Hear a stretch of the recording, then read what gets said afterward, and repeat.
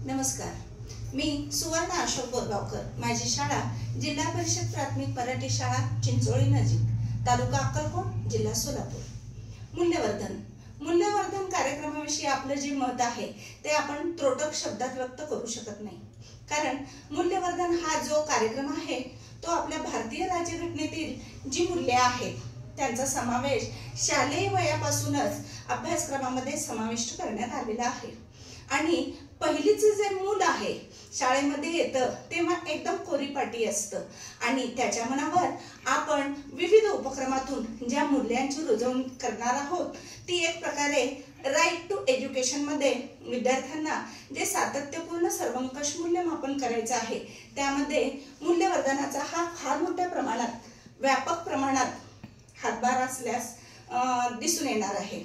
शांतीलाल मुत्ता फाउंडेशनचे विशेष आभार की त्यांनी या कार्यक्रमाचं स्वरूप व व्याप्ती व्यापक केलेली आहे। मूल्यवर्धन 3.0 मध्ये इयत्ता 1ली ते 8वी पर्यंतच्या विद्यार्थ्यांना ही संस्काराची जी शिदोरी आहे ती उपक्रम स्वरूपात मिळणार आहे आणि आपल्या हातून एक संस्कारक्षम पिढी तयार होणार आहे, घडणार आहे आणि या कार्यक्रमामध्ये माझाही सहभाग होणार आहे याचा मला खूप आनंद वाटतो। धन्यवाद।